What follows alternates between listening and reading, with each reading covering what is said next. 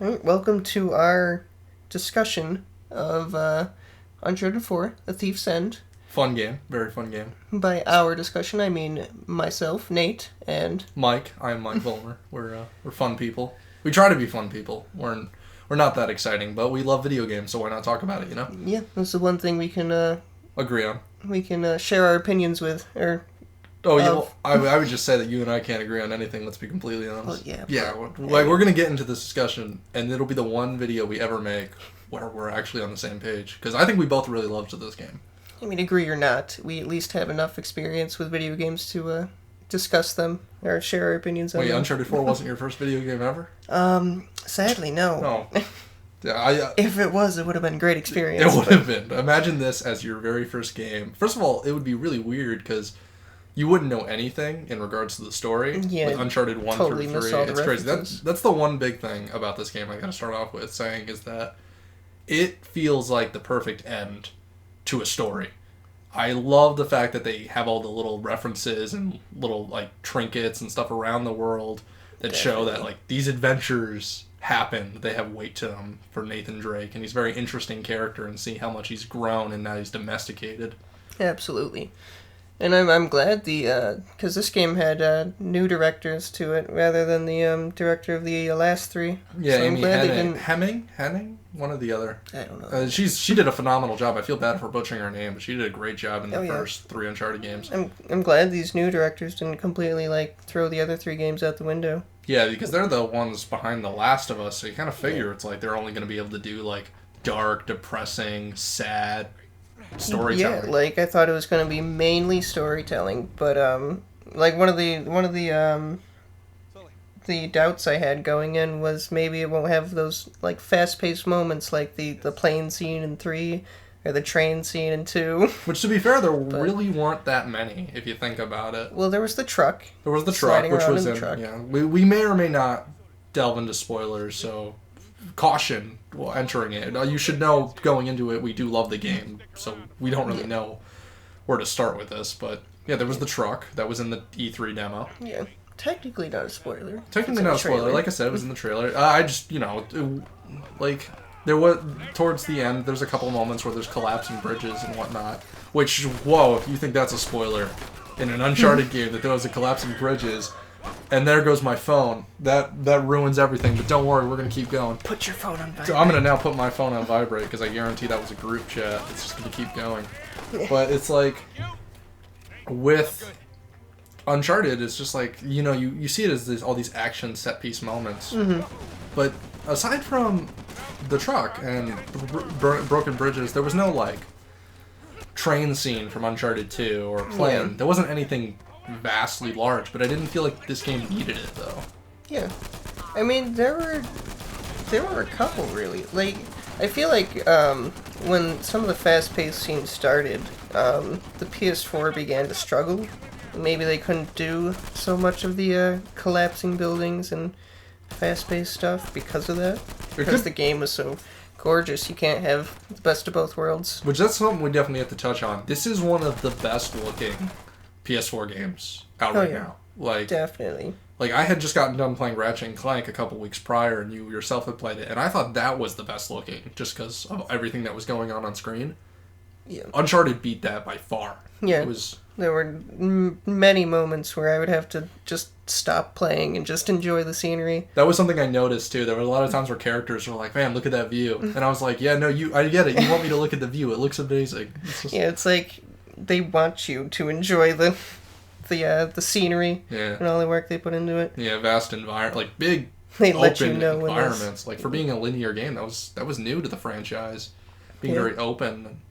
Yeah, non-linear. That's a new thing because every other Uncharted there were linear climbing paths and it was very one way to go only. Yeah. But in this there were multiple ways to get around. Yeah, which is to say this game is still linear. Yeah, but it gives you a little more freedom. They're a good example. It's kind of deceiving, which I'm sure a lot of people thought going into it. There is moments where you can kind of choose the dialogue that Nathan's going to say. Yeah.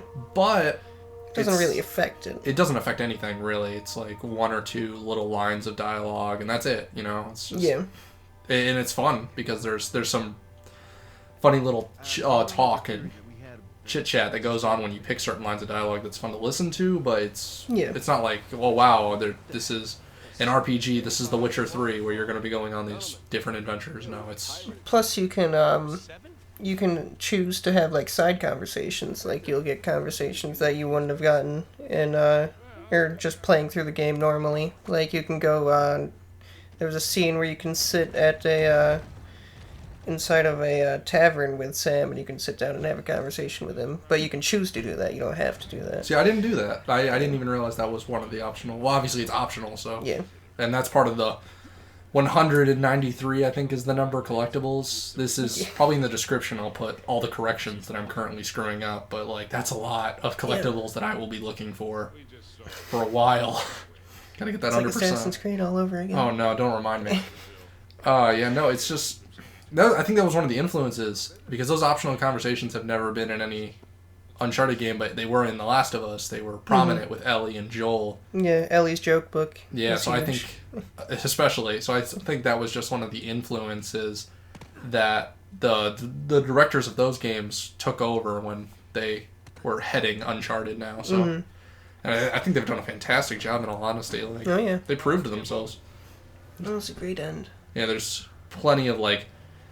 Throughout the game, there's all these Easter eggs that lead towards like there are other franchises talking about. This is minor spoiler, but you might have already heard about it if you're looking into Uncharted. Mm-hmm. Chapter 4 has one of the greatest like references or homages to Naughty Dog's history I've ever seen in my life. Like, I was geeking out personally. Yeah. Just this moment where Nathan Drake picks up a PlayStation 1 controller and he's playing Crash Bandicoot. Yeah. Oh my god, it's so good. I was geeking out. I had to go get my my brother from upstairs and tell him about it. I had to drag him down and let him watch me play Crash Bandicoot. Like, this is our childhood. Which, to be fair, that wasn't the first level of Crash Bandicoot. I don't know how they just jumped into it, but, you know, whatever. Yeah, like... Oh man, I can't get over it. But what did you think, Nate, about the combat changes? Because there was a fair amount. Because we both played it on hard difficulty, because, you know, we're not wimps, you know. Yeah. Well, I've seen criticisms that were like, oh, the gameplay hasn't changed in all 4 franchises, but I think this one changed immensely. Like, the option to go through the game stealthily was huge. I think that's fantastic. Because, there were a lot of areas in Uncharted 2 and 3, and even 1, actually, where, you'd have to, or all the areas actually, where you'd have to kill every enemy to get through, and they were immensely, like, they were so difficult to go through, because you couldn't stealth, you'd just have to face them head on, and your AI did nothing really. There's actually a trophy in the game where it's like, get through 2 of the chapters without killing a single person, and that would be unheard of in any of the other Uncharted games. Exactly. Like, now you can just, you just walk through the areas if you can get through all the enemies, which is hard, but the option's there if you can do it. And I've done it a few times. Not to toot your own horn or anything. Yeah. Of course not. Yeah, no, I'm terrible at video games. But yeah, I enjoyed... It's going to be hard going back to the other 3 and not being able to stealth, because I thought that was a great addition. I really enjoyed the option to do that. Yeah, it was really cool. Like, this... Definitely, like, obviously we talked about it earlier, there's not a lot of hugely crazy cinematic moments, but there were some great moments in combat that I felt really cinematic in itself. Like, when you grapple and you swing from the rope, you jump in the air, you knock out a guy, you grab his gun, you continue the fight. Like, that's all... It flowed very well. It was just really well done, and I think that with the first 3 Uncharted games especially, it progressed as... They added a few features here and there, just to change it up a little bit or improve. Well, in this game, it felt like they only took the core stuff from the original games.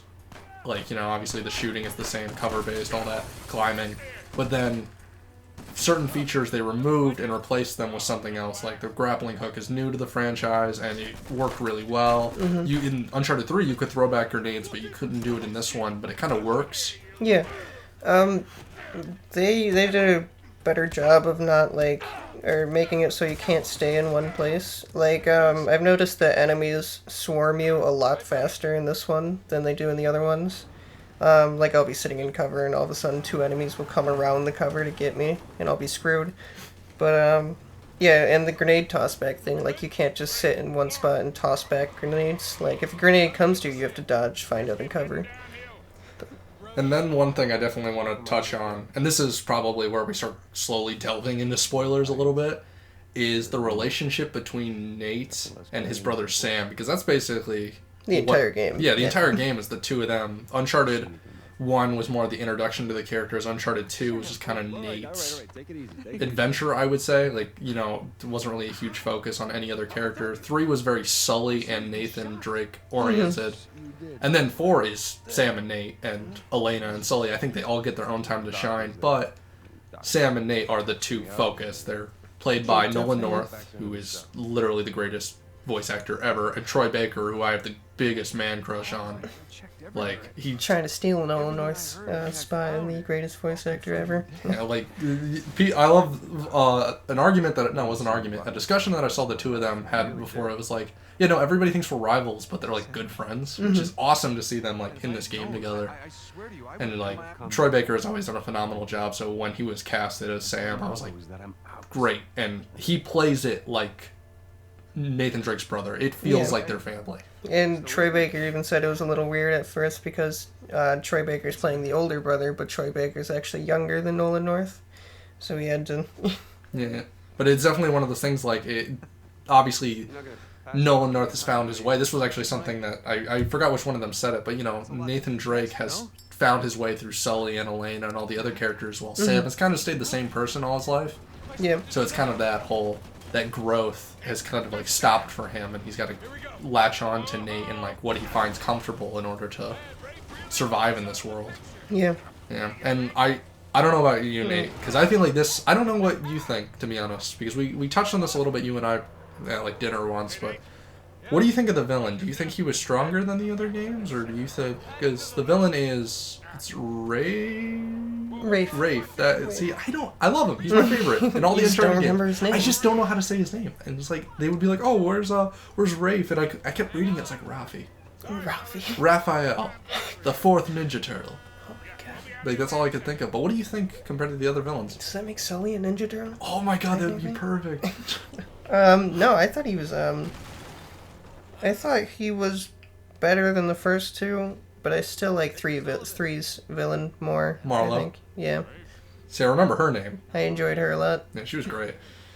I don't know, it's just like this villain's motivation was just like so... It wasn't clear early on. You just kind of figured he was just a rich prick who wants things. But as the game progresses, and this is actually the kind of thing I don't want to spoil at all, because his progression is kind of interesting. Like, that whole final fight with him, which I don't want to talk about at all just because you need to experience it for yourself, is solid, I think. It's just really well done.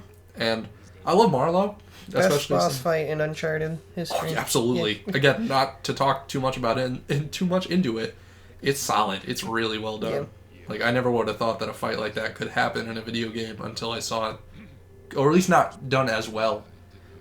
And I personally really loved it. This game as a whole was just perfect in every way. There is an epilogue. Obviously, there's a multiplayer component, which is the one thing that I want to criticize. It's not that the multiplayer isn't fun, but compared to the single player, it's like, why bother with it? I can't really share my opinion. I haven't really touched the multiplayer yet. I did the tutorial, and that was about it. I did for the trophies. Of course you did. Yeah, well, you know, there's these 4 multiplayer trophies, and they just kind of look at me. It's like, you know, you want to just get us over with, right? It's like, I guess. Multiplayer trophies are the worst. Yeah, because here's the problem with multiplayer trophies. I just throw my friends under the bus. Like, you know, I could help you win the game, or, you know, the trophy says heal 10 allies. We gotta let you get down first. Oh, look, there's an enemy over there. I'm gonna watch. I might be an awful person. Oh, you are. Oh, well, thank you, Nate. No, I think definitely... Do you have any final thoughts on the game, Nate? What do you think? Final thoughts? No, I thought this was the strongest in the series. I thought, they really outdid themselves. You could tell everyone at Naughty Dog really put their full, effort into this game. with the scenery, with the story, with the even with the gameplay. The gameplay was definitely a step up. Everything was a step up, which is something rare these days. Usually you see a franchise either keep going until it's like, nothing, not, it's a ghost of what it used to be, or it ends on a poor note, and, it's very rare that you see a franchise end so perfectly, I think. Yeah. Especially in storytelling. And that's where, if anybody from Naughty Dog was ever to listen to this, I love your games. Yeah. I have tattoos of your games. Your games are phenomenal. Stop Uncharted. You did a wonderful job, and I love the ending, and the ending almost made me cry because of how fantastic it was. Don't ruin it by making another one.